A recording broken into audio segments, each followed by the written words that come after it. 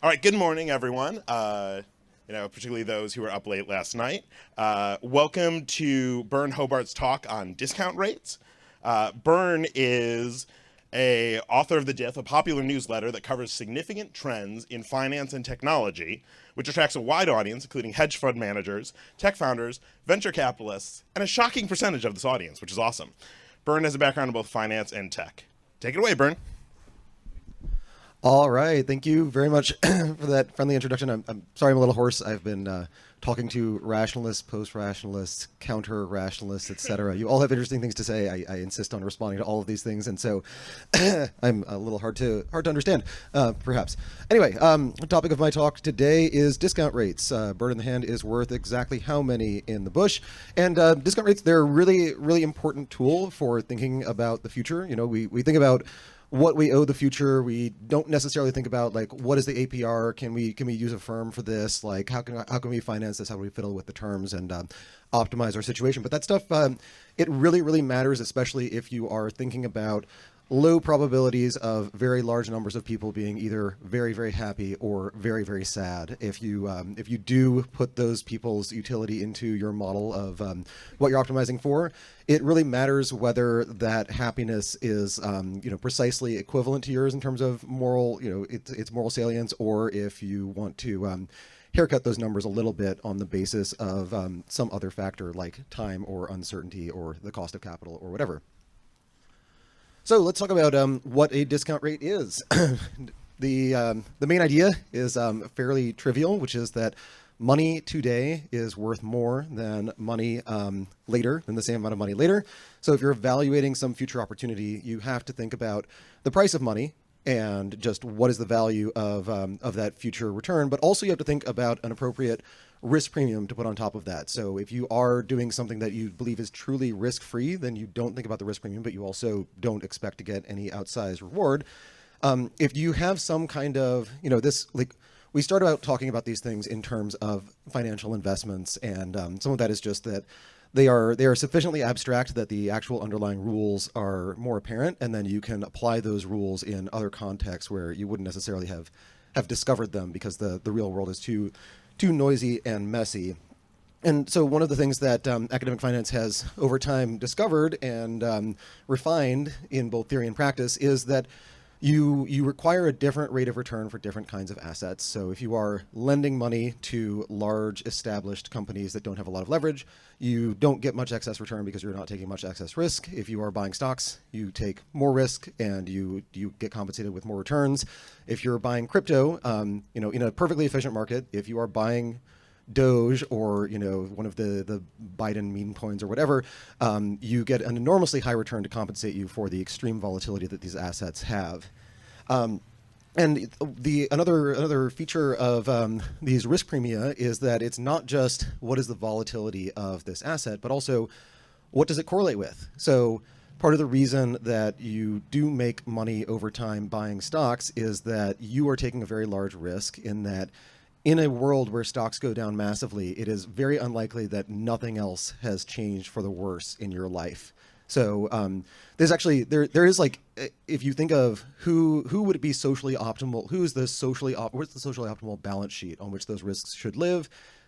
People who are saving money for retirement and will not need that money in a really long time. Those are like the socially optimal people to lose half their net worth when the economy slows down, because that risk is just embedded in the return that you expect from these investments, and you have a lot of time to recover from it.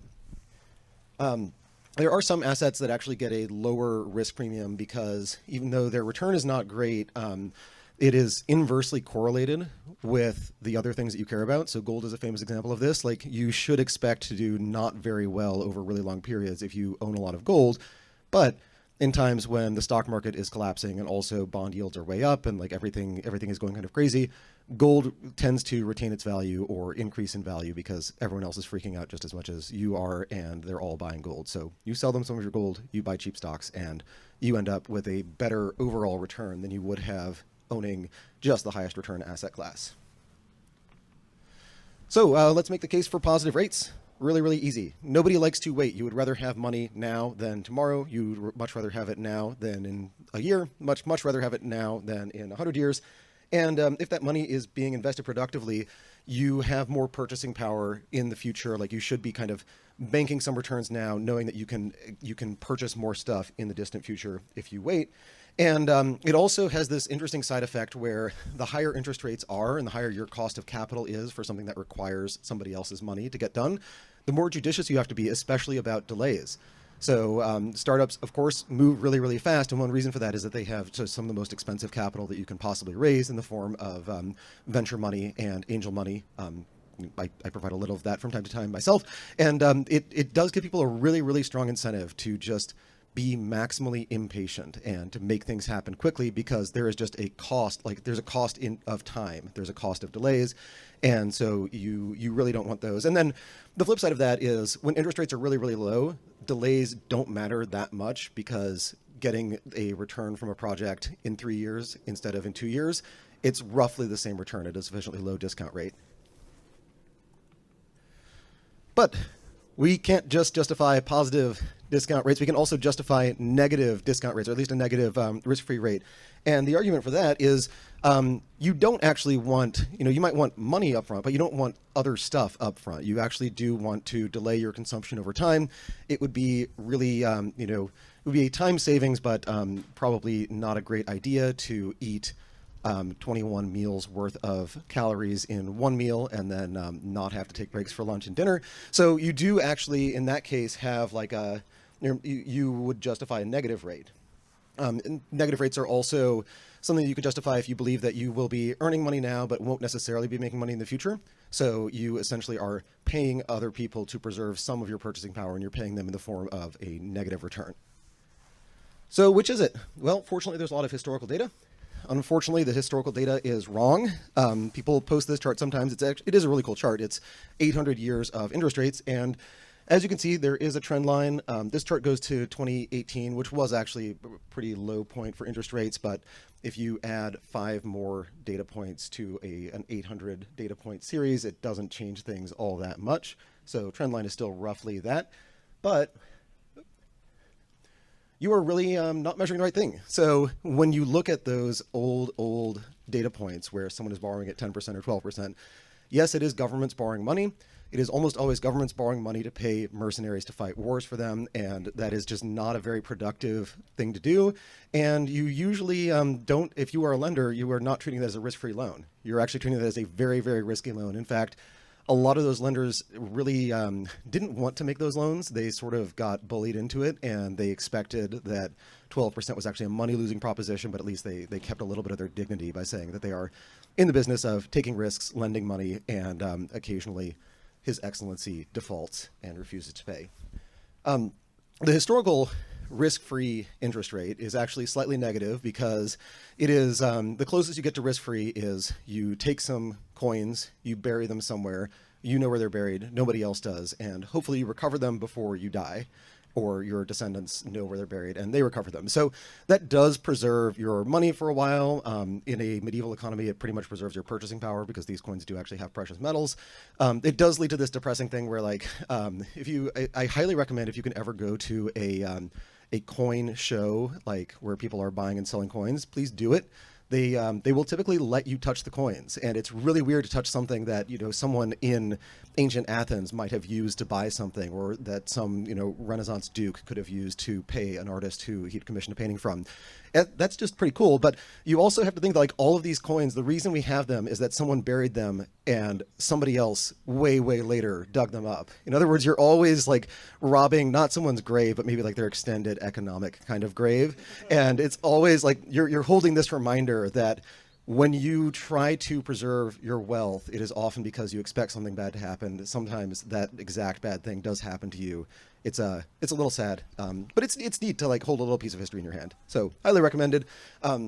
There are modern examples of this. So drug lords used to store lots of cash, because that is the form in which they realize their profits, and they were storing this in just places that are pretty humid and have rats and cockroaches and things. So they would, when they were doing their accounting, they would just depreciate their cash at 10% a year because it rots or animals eat it.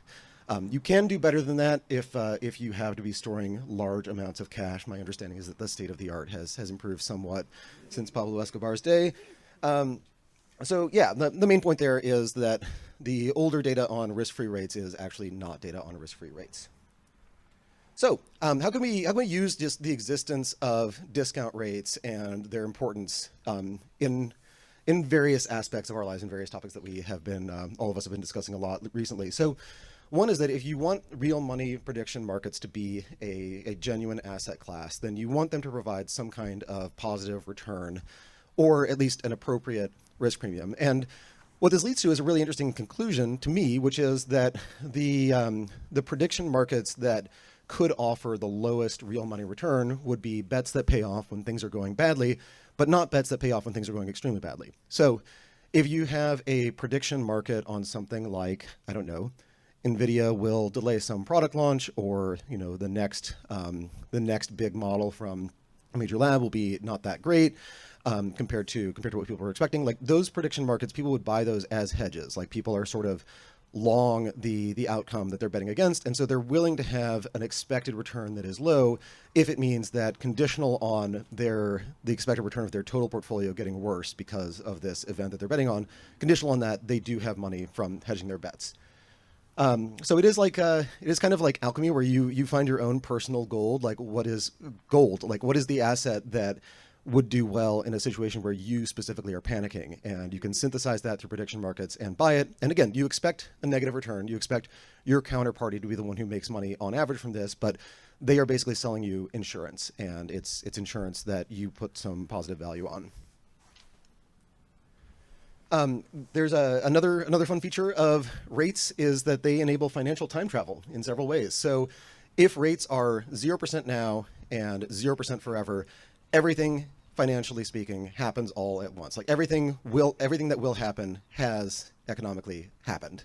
And what that means is that the lower interest rates get, the more you actually want to do moonshots, especially moonshots that, like moonshot investments, moonshot projects that are dependent on somebody else's successful moonshot. So if you have some idea that is like a really good product to sell in a world where the average life expectancy is 95 and people are working throughout that period, and the average health span is also that, when interest rates are zero, you can basically be confident that at some point there would be a market for that. At some point someone will solve aging if it is possible to be solved. And so it does actually encourage these crazy moonshot projects, and that actually creates this cycle where if people are doing a bunch of those projects, they are actually investing more money, they're adding more variance to the economy, and that tends to push interest rates up over time. So there is this self-correcting mechanism there. A market crash is also, you can also think of it in interest rate terms, and the way to think about it is that the usual way to think about a market crash is, okay, asset prices went down, particularly stocks usually. But you can also think of it as, okay, the risk premium investors demand went way up, that investors now want to be compensated a whole lot more for holding equities than they did a few months, weeks, minutes ago. And then that's reflected in the current prices. You can also think of them as like a bull market in cash, where everyone wants to sell everything else because they really, really want to have dollars. And that is just like bull market in cash is just a bear market in everything else. And this is another way in which financial markets enable time travel, which is that there is this phenomenon. I think the usual way people phrase it is, in a crisis, all correlations go to one. That everything you thought was like diversified, different, not betting on the same thing, it's all betting on the same thing, only at the worst possible time. And one of the reasons for that is that a lot of people have concluded that if they have a diversified portfolio, different income streams from different kinds of investments, they can use some leverage and they get a better risk-adjusted return. So they then use leverage to increase the risk to whatever their either risk tolerance is or return target is.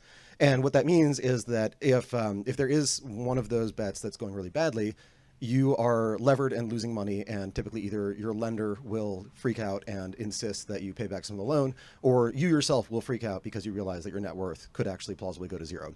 So that happened, of course, in 2008. It actually happened in 2007. There was this thing called the quant quake, which was part of the category of financial crises that happen because all of the important people are on vacation. So it happened in August of 2007, and there were just a lot of people who were hard to reach on the phone in August. And yeah, a lot of it started with mortgage-backed securities losing value, and it turned out there were a lot of funds that were doing mortgage-backed security strategies and different stuff in equities and different like weird stat arb things. And so all of those were just working exactly in the opposite direction of where they should, because if you are the person who is kind of junior, but you are nominally in charge this week because your boss and your boss's boss are both out of town, if things start going badly, like, you should probably panic. Like, you really don't want to be the person who let the entire company go under while your boss is on vacation, rather than just send your boss a BlackBerry message. So people tend to delever faster in those kinds of circumstances and do so more sloppily. And then, yeah, correlations all go to one. Like,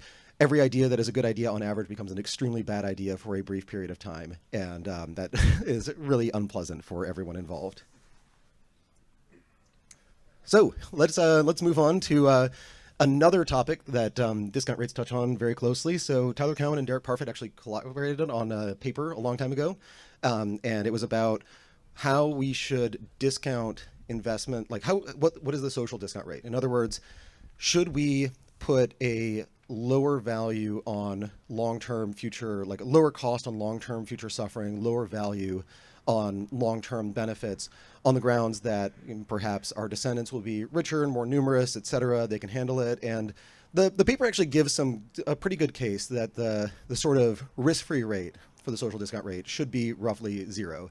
And one of the examples is, if you have a non-zero discount rate over a really long period, you could say that it is actually appropriate in utilitarian terms for one of us to get horribly tortured to death so that Cleopatra can have an extra bite of a really tasty meal. You know, she gets a couple utils, but there's this long period of compound interest, and that justifies a lot of disutils in the distant future. So I thought it was like a clever way to frame this, and that a lot of the obvious reasons to have a non-zero social discount rate do not hold up especially well to scrutiny. The logic does not apply if you try to apply those theory, like if you try to apply some of the reasoning for a non-zero social discount rate in other contexts, it kind of falls apart.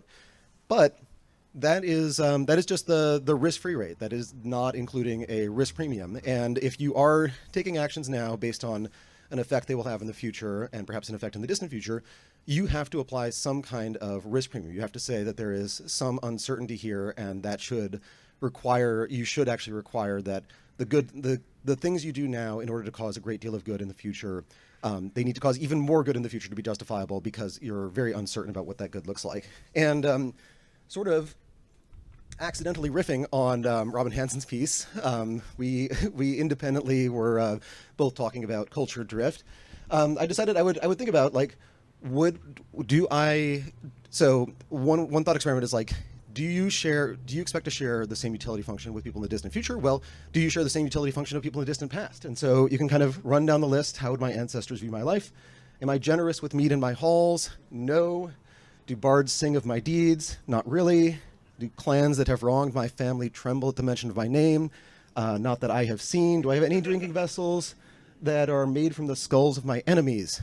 Zero, none of them, not a single one. I do regularly have feasts that include not just boiled vegetables, but even meat from time to time. So they would be impressed with that, but it's a mixed bag. But net, from my distant ancestors' perspective, I'm doing a lot of really weird stuff. But I have the resources. I could be a pretty good warlord. Just I could buy a nice truck. I live in Texas, so I could buy a lot of really weapons that a medieval warlord would find really, really enticing. And so I could be living up to their standards, but if I had some distant ancestor who had taken some action in order to maximize my ability to impact the world for good, my definition of the good has changed so much that he would really feel like this was actually a stupid decision. So he would regret having applied a 0% social discount rate to that investment. He should have put a risk premium on it. So yeah, will my descendants share this utility function? It is really hard to say. There are just lots of cycles. There are lots of things that look like a trend, but they're actually just picking 2 points on a longer term cycle. And so you can't really extrapolate easily, especially because the salient things are usually things where it's been either getting way better or way worse from your perspective. And they're often just going to quietly mean revert in some way. So like, hippies, I think they were right to question Vietnam. It was not right for them to plant so many bombs and try to blow up so many buildings and people. Criminal justice reform, like it is good to protect people from abuses by police, abuses by the legal system, etc. It's also really good to protect people from abuses by actual criminals. So you can have this pendulum swing the wrong way in either direction.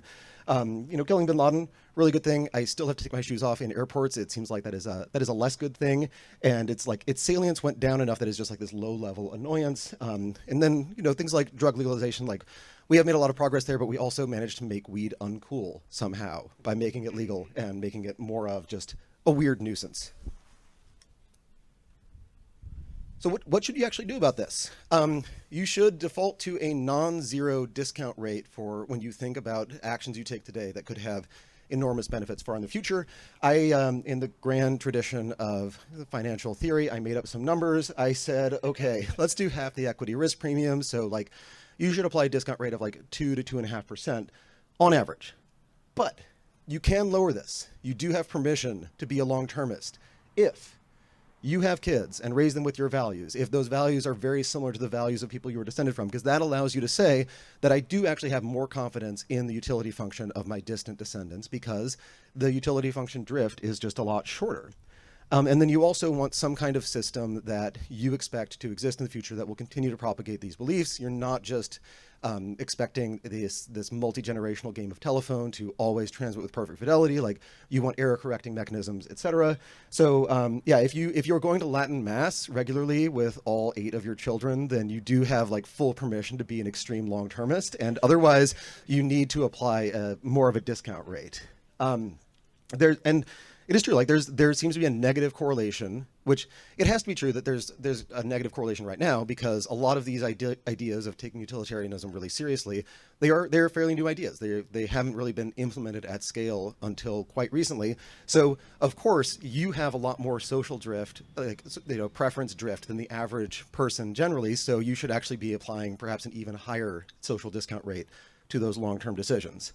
And you might be right. Like you may actually take actions today that do have this massive payoff in the future, and it may be that the risk premium that you chose was excessively high and that you constrained your investing universe in a way that you shouldn't have, but you don't really know, and you should be very, very cautious. Again, unless your values are very recognizable to your distant ancestors, and that is just not the case for any of us. I think there would have been more decapitations at Manifold, and more raids and sackings and things had we retained perfectly consistent values throughout all of human history. And so it's this wonderful paradox where there has been a lot of moral improvement in humanity over time. That is a really good thing, but that also means that you should expect your descendants to have values that are completely alien from your perspective. And with that, I will open things up to Q&A.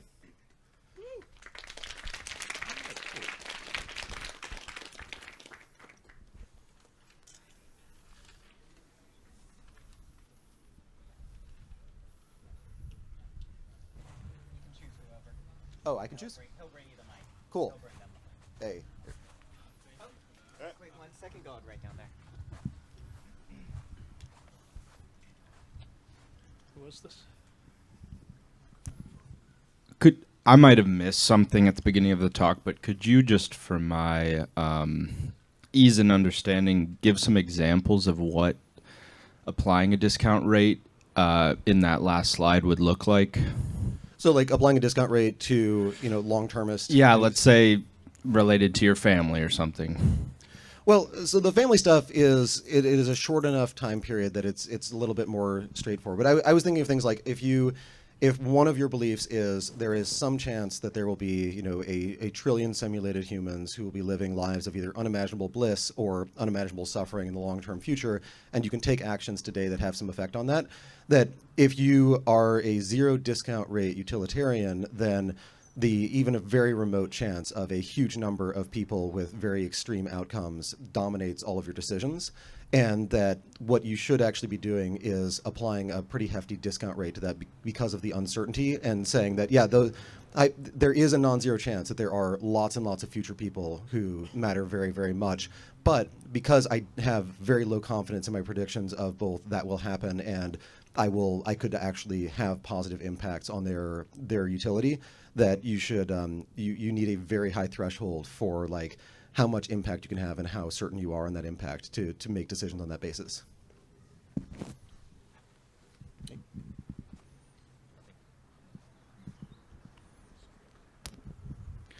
Could you give a few comments on rates of change of interest rate? On rates of change of interest rates? Yeah, you talked a lot about just interest rates, but what about rates of change? Yeah, so if, let's see.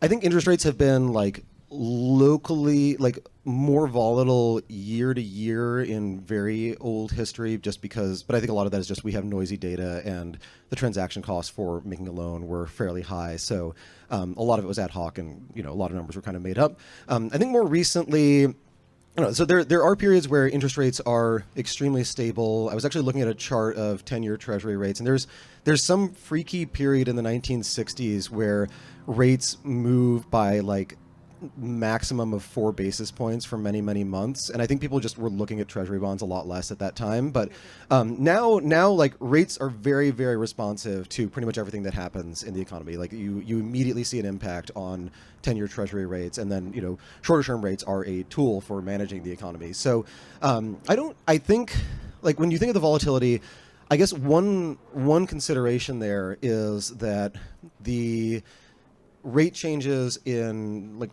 prior to I think the late 80s, they were just kind of done quietly and not announced, and they could often be really rapid in one direction and then immediately reverse in another direction. But increasingly what central banks have done, especially since the financial crisis, is they've actually given guidance. And so if a central bank says we are increasing rates, we expect to increase rates over the next 2 years at the typical cadence, they have in literal terms, they might have raised rates by, quarter of a percentage point or something when they make that announcement. When they're giving that forward guidance, they're actually implicitly raising rates, 2% over this period.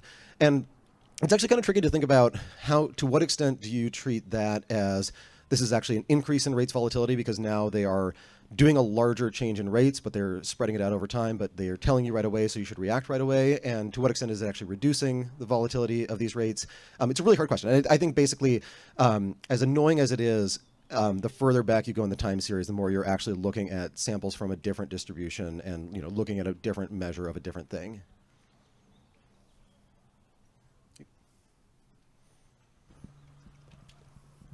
On the Viking slide, Yes. you might be conflating two claims a bit. One is that I wish my ancestors were not long-termists because I don't want to be sacking.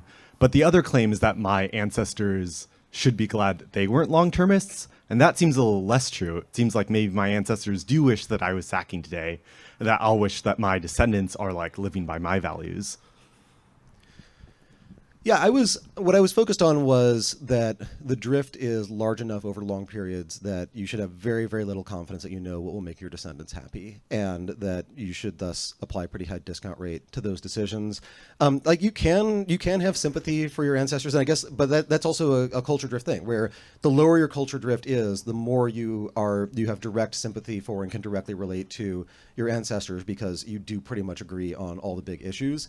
But I think that is a different thing, and it's there's like a feedback loop where I think the more trad-minded you are in terms of your personality, the more you're already asking yourself, what would my great grandparents be happy with this choice I've made or sad about this choice? Like would they, like typically you'd use the language of when they're looking down on me, do they smile or do they kind of wince? You say descendants happy. It seems like what you're really saying is like descendants have their preferences fulfilled. But maybe what I want is for them to be fulfilling my preferences. Well, that is another reason to aim for extremely slow culture drift within your little cohort, so that you can and I think that is like what a lot of parents do is they try to give their kids a utility function similar to theirs, so that the kids will be part of their extended phenotype, doing the things that they would do, and they get vicarious joy from their kids behaving in ways that they think are valuable ways to behave.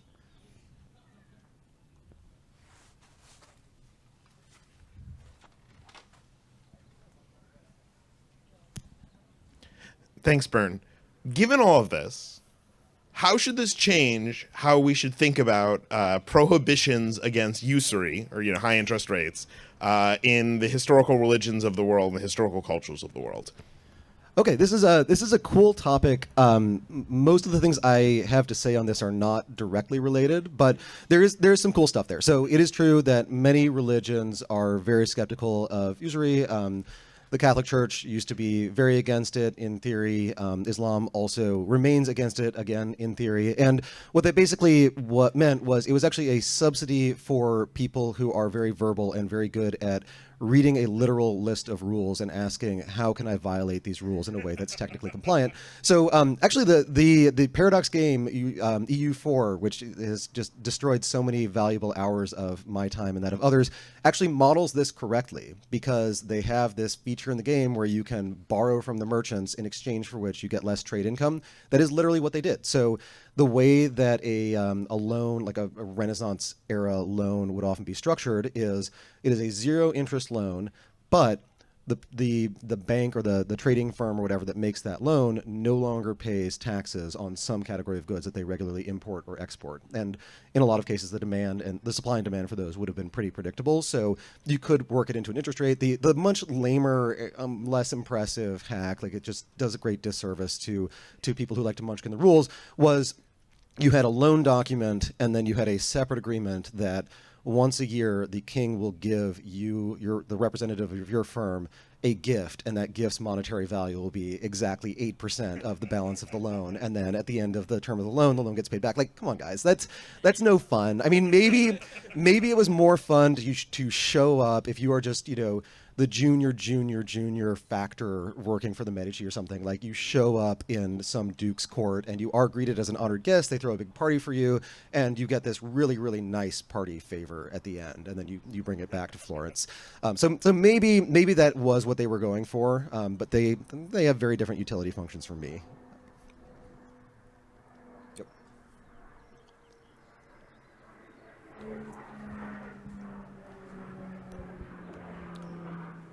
Thanks, Byrne. Are you aware of any evidence that people's behavior is acclimated to, say, what the discount rate was when they were a certain age, or the discount rate over their career? I think this is somewhat relevant today because we had zero rates for such a long time, and now rates are quite a bit higher than zero. But the people who were working during zero rate, during the zero rate time period, are actually the most senior people at a lot of companies, especially tech companies here. Do you have any thoughts on this? Yeah, like I do feel bad for Zerp Zoomers, actually, like people whose entire professional career was when money was basically free, and then suddenly money had a price again. That seems like a tough adjustment to make. There is some evidence that people's risk tolerance and the way they express risk tolerance is very heavily impacted by especially things that happened early in their careers. One of the pieces, anecdotes I like on this is that there was from about 1930 until the late 1940s, basically nobody went to Harvard and then went to Wall Street. Nobody. Really, people were not entering the industry. The industry had some attrition as people retired or, switched from being a stockbroker to selling apples on the corner or something like that, or just jumped out of windows. But like there's a lot of there's some attrition and there's a lot of stasis. And what that meant was that in the late 40s, early 50s, when there was finally demand for new jobs on Wall Street, that there's basically a 20-year age gap between the youngest and second youngest person at every company, and that meant that you had all of these people, these new people who were way higher energy. They were way more risk tolerant. They did not think of equities as this scam that you buy RCA at 400 and 2 years later it's at 5 or whatever. Like, to them, they would just look at all these stocks and be like, this is unbelievable. Like, everything's trading at 3 times earnings. Half these companies trade at less than net cash. And so they bought a bunch of them, made a bunch of money, and then that generation had a really risk-on attitude. So people who started investing from the 50s to the 60s, there was this whole kind of cult of money management at that time. There were a lot of celebrity mutual fund managers. There are like quasi-celebrity hedge fund managers now. There are hedge fund managers people know about, but the mutual fund managers especially in the 60s did become actual public figures. There's a book, I think it's called like The Money Managers or something, that is about these different mutual fund managers. It's interviews with a bunch of them. And one thing that stands out is they were not especially impressive people, but they were people who got the low status job in finance instead of a high status job at, say, General Motors or Procter and Gamble or something. So they were a little bit idiosyncratic, but then I think they all had class anxiety because something like 2/3 of the people interviewed in that book, when they were asked about their hobbies outside of work, they all invest in Broadway plays. So like everyone was like desperate to say, I'm not just a money person, I'm not just a rich guy, I actually support culture and the arts. And it was interesting that there was just that everyone was kind of moving in lockstep based on these generational things. And I think something similar happened with very few people went into finance in the 70s, but there were some people who went into it for the love of the game. There's I think Michael Lewis has this line of, if it's in the 1970s and you want to find the most successful person, the person at a firm who's going to be the most successful in the 80s, you go to a waspy firm, find the non-wasps that they have grudgingly agreed to hire, look for the guy who has the ugliest suit and stains on it and is really loud and unkempt and things, and like all of those people did really, really well. So, and I think that's there are generational cycles within a lot of industries, and it is really, really tough if an industry's been growing for a long time and it stops growing, because it means the org chart stops shifting, and suddenly getting promoted is not just this thing that is like automatic if you were reasonably competent, because the workforce is growing so fast that like 2 years from now there are 10 times as many people, and of course a lot of those people are more junior than you, many of them are working under you. If the workforce stops growing or starts shrinking, you are just waiting for the person ahead of you to retire. You're doing this hermit crab thing. Like, have you seen the pictures of like rows of hermit crabs that are all waiting for that last shell? Like, everyone's doing that in these companies that reach stasis. There's actually a fun anecdote about that from this book called I think it's called Hedge Hunters. I could be thinking of a different book, but it's a book written about hedge fund people in the early to mid 2000s, and one of them is giving this anecdote about how he and his wife were both financial analysts in the 90s, and she was a .com analyst and he was an oil analyst, and they would both go to conferences because there's a conference season, so they'd both be at different conferences at the same time. They'd come home, compare notes, and she'd be talking about how, okay, everyone's in a $5,000 suit, there's free unlimited sushi, and the giveaway gift is a Palm Pilot, and then he'd be like, well, it was like a couple depressed guys in their 50s eating this really sad steak that was like barely a steak, and I got a decal from a company that makes frack fluid that I could put on my truck.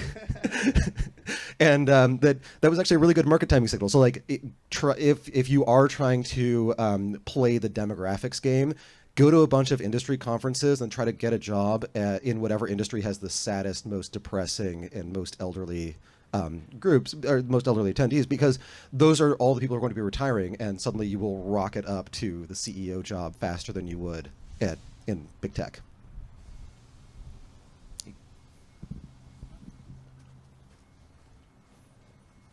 Sorry, who was? It seems to me that there's an additional relevant parameter, which is how certain are you that your lowest level preferences instantiate correctly your highest level values. So you might, if one of my kids became a philosopher, I'll be happy. If one of them becomes, worst case scenario, an actor, that, like, I would see that as like bad result. But I actually just don't think, I think I'm not certain enough of the fact that my those preferences instantiate my higher order values to be like, well, I'm gonna invest less in the actor kid or try to help him less. And I think that actually the same is true if I think about my great aunt or something who lived in Hungary, a really different life from mine, but I did meet her. And I think we actually give quite a lot of room in our families for our descendants, at least those that we know, to be pretty different from us. And so if you think back to those, your ancestors, like what did they want? I mean, they cared about glory, courage, and justice. And they thought those things were instantiated by generosity, glory, courage, justice, generosity. So they wanted to have the mead parties. They wanted to decapitate their enemies. And so it seems to me that you could have a lower discount rate if you attached more to your higher order values and also had less certainty about the way in which you are instantiating them, which in turn is just a way to say you're leaving room for moral progress. I would not be confident if I were talking to one of my ancestors, all covered in the blue paint and whatever from 2,000 years ago. If I'm explaining that really, when I have a better take than Matt Levine on something, that is basically decapitation in 2024 terms. Like, no, it's not. It's clearly not. I could be doing more decapitation. So I think there's like, even if it comes from, even if there is like this, thematic competition and lust for glory, I guess it is a valid question to ask: to what extent are the specific ways that we act out our moral values? To what extent are those intrinsic to the values? To what extent is it possible to do that in all circumstances? And I think that does actually depend on the values. That if you do believe that the highest value is just quiet contemplation or like doing as much quiet contemplation in the moment as you possibly can, there are just a lot of circumstances in which that's fine. It kind of reduces the cost of great harm. So like, if you die in a car accident, but you were quietly contemplating, and that's why you veered off the road, then maybe you actually died. You lived an ideal life, and that moment was correct. And if you get sent to prison for some arbitrary reason, but you do get a lot of time to just quietly contemplate in your cell, you basically got to be a monk, but just with a different set of rules. So. I think there is room to say that, yeah, the true fundamental eigen values, coin a term, are actually a lot more stable, and that the expression thereof is not. But I guess we have to sort of slap a risk premium on that too, because it's really hard. This came up in the Q&A, and it was later in the Q&A, so it's non-obvious that could be the case, and I do think it would be. I don't know, could we confidently say that there is, that modern Scandinavia is actually deeply Viking in some very Scandinavian way? We do? I think a bit, yes. I think when you read Knausgaard, you can feel the Viking in there, to me anyway. I mean, what I actually felt on that was that there are just a lot of value systems that are incompatible with advances in military technology. Like, a lot of the British upper crust got slaughtered in World War I. So did a lot of the German upper crust. It's kind of fortunate that Junger survived and ended up writing about his value system, which is just completely alien to anything that we experience, but is, he was writing in the 20th century, and it feels like something much, much older and weirder. But I like in a case like that, where the values are very militant and personal glory and risk seeking is prized, those values are not very compatible with machine guns and mustard gas and things. And so they do tend to get selected out of the population, whether for environmental or genetic reasons. Like, either way, it becomes a value that is practiced a lot less in subsequent generations. You can also look at Japan in a similar context, where Japan is just less fierce today than you would have predicted circa 1937, and just like a lot. There is a lot of continuity, but there's also just like this discrete break where a set of values were completely radically changed. There's a good book on that. I think it's called Embracing Defeat. It's just all about Japan's post-war culture. And it goes into a lot of detail on how people express that, and just how much collective remorse was expressed for the side effects of that value system. Sorry, that makes sense to me. I was just saying that people could differ in respect of where they attach. And so somebody who, for idiosyncratic reasons, attached more at the higher order level, that person should have a lower discount rate. That was all. That's right.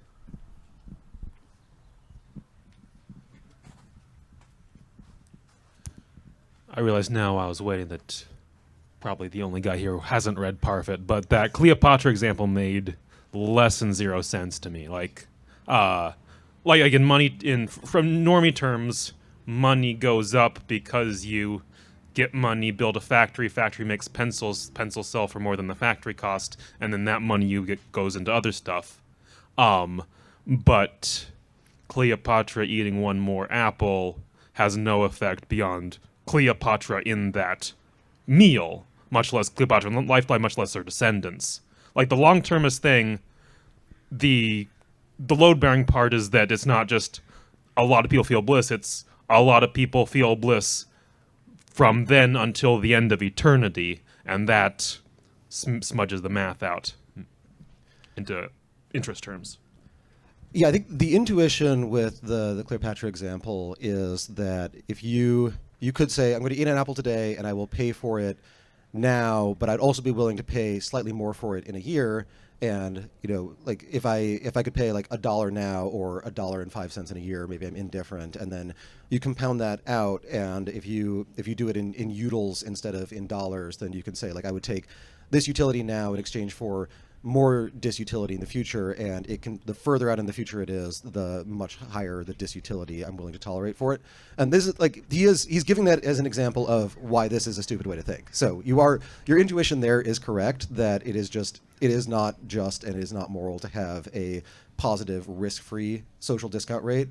And my contention is that you should still have a risk premium on top of that.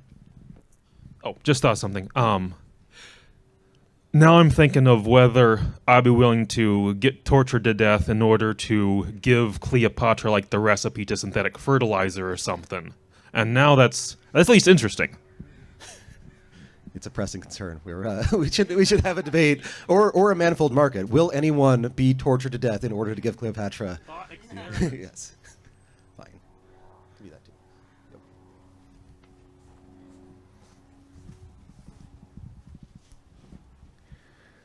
The point about value drift makes a lot of sense over the long term. I was wondering if you have thoughts about how to apply discount rates to shorter term social decisions. For example, I could donate today for bed nets for malaria prevention, or I could wait a year and maybe a better opportunity will come along. But it feels like there should be some urgency. Otherwise, I can just put this off forever. And how do I make that decision and apply interest rates as part of that framework? Yeah, I think there is like a nerd snipe nature to some long-termist thought where there's like a somewhat inconvenient thing to do now, but there is also a very convenient excuse to wait. And as long as you keep, adding more trillions of people who are experiencing even more utils over an even longer period, you get to keep delaying the immediate decision of what to do. And to me, this is one of the weaknesses with utilitarianism as applied, is that I tend to think that it's really hard to operate under different moral standards at different levels of your life. And it's actually useful to have little symbolic rituals that remind you of what your long-term standards are, even if those symbolic rituals are not that useful on their own. And a lot of like other, a duty-based moral system, for example, is having you do a lot of specific stuff all the time in response to, immediate stimuli, and it doesn't really give you permission to do these big trade-offs of like, I'm going to do something evil now in exchange for doing something good in the future. And I guess in utilitarian terms, it would be evil not to donate maximally to bed nets if you were confident that they would save lives, and like, unless you're a utility monster. If you are a utility monster, then maybe it is actually evil to donate the bed nets instead of buying cocaine.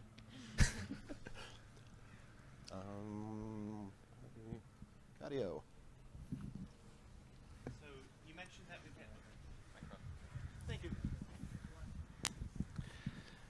So you mentioned that we have an 800 years time series of various things that people probably perceived at the time were the risk-free rate because the sovereign has the divine right of kings, and that they would all be unimpressed with us that our risk-free rate comes out of some combination of a stable international order and competent bureaucrats.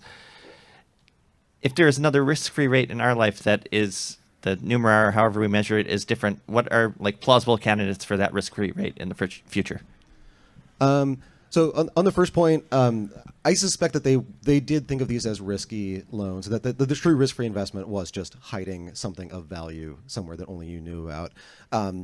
But yeah, what would the next risk-free rate be? What would the next risk-free thing be? money has really powerful network effects. Financial systems have really powerful network effects, and so it's really hard to displace them. Like you need to be massively better, or the existing system needs to get massively worse. And there are, for all the complaints you can make about monetary and fiscal policy, there are a lot of really competent people who are thinking about what are the long-term risks to the dollar system, and will the T-bill ever not be the literal synonymous with the risk-free rate. You can definitely imagine a story where over time China becomes more dominant and they find some way to extend their financial system without losing control over it, but that has historically just been really hard to do. Like open financial systems do outperform closed financial systems in the game of who's going to use this currency internationally. That's one reason, like in the mid 20th century, Germany had a big economy. The Deutschmark was a big currency within Germany, but to a lesser extent within Europe, because they had stricter currency controls. And the British pound was a more viable international currency than the mark, not because Britain had so much better an economy, but because the Brits were just willing for people to move pounds all around and trade pounds for dollars and vice versa.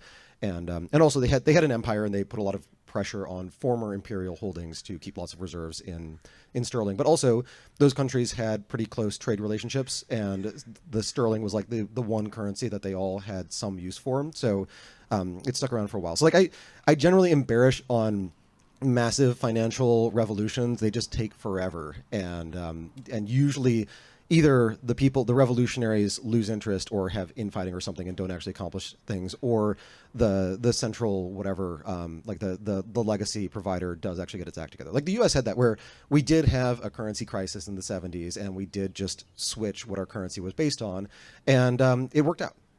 It made the dollar a lot more dominant when we devalued it and said it's no longer backed by gold. It became a much more important currency, and it basically displaced gold as the default way that you would denominate international, like reserves that your country held for international purposes.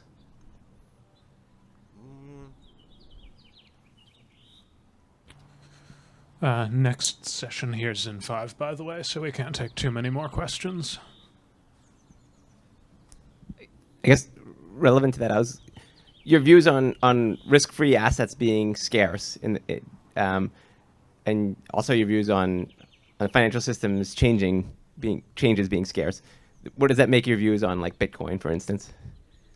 Bitcoin is fun. I've owned some for a long time. I still own a little bit. I think it's a really interesting concept, but with Bitcoin, to me, the interesting bet with Bitcoin is it is a better designed universal reserve currency than gold, and it is a more decentralized universal reserve than the dollar or the euro or any other government issued currency. And that does have, like, over really long periods, you do have some worries, and I think they've actually gotten more salient, I guess, since 2022, of the U.S. using the dollar system as a tool for enacting policy and for punishing enemies. And like it's been used well. Like it is really fortunate that America can just turn off Russia's dollars and they're just not dollars anymore. That's pretty cool.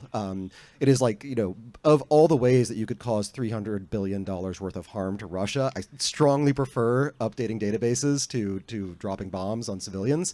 But Bitcoin, if you do believe that Bitcoin can be a replacement reserve asset, then you want to be a momentum trader. You think you would want to believe that the odds, because currency crises are these momentum driven things where people just wake up and realize, like, if I have my money in pesos, my money is going away. I am going to buy dollars. And then their neighbors realize, whoa, the peso just appreciated another 5% overnight. I better put all my money in dollars. And that just keeps on happening until there's either like a bailout, a rescue, or there's just like a total currency reform and the old currency is devalued to almost nothing. And then they recapitalize their banking system, reissue it.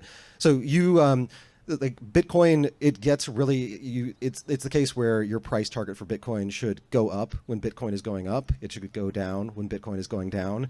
And that just makes it this incredibly annoying, nerve-wracking thing to actively monitor. But you can also use it as just like, I have a little bit of money in Bitcoin in case things get really, really bad, but not roving bands of warlords bad. But again, there's been so much value drift that very few of us would be able to put together a roving band that would rove in any significant, useful way. So we're kind of safe from that particular X risk for the moment. For other crypto things, some of them are really interesting infrastructure. Ethereum is a really cool way to do decentralized contracts, but for a lot of the interesting contracts, you want to have some effect on the real world, and you want to have some input from the real world. So solving the Oracle problem is really, really hard, and it turns out like the by far the best oracles you have are financial markets. So you can do a lot of interesting things with smart contracts that are just new ways to speculate on or new ways to borrow against crypto, and it's much harder to do smart contracts that are like a new way to buy a house, a new way to for you and your friend each swap 10% of your future incomes because you're both doing high risk things and you want to diversify and you both like each other, etc. Like that stuff is really hard because if you get a letter from your friend saying as per some code running in some distributed system, please give me a huge amount of money right now, you can just kind of shrug your shoulders and then it's in the US court system, and then why did you do crypto if the implementation part was fiat? I think you're last. Or are we out? We're down to 30 seconds. 30 seconds. Okay. We could. What is an inverted What is an inverted yield curve in moral terms? Is it ever rational to have such a curve? That's a really good question. I'll have to think about that. I don't think I can do a 30-second thinking and then answer, but I will get back to you on that. Thank you. And thank you all. This was fun.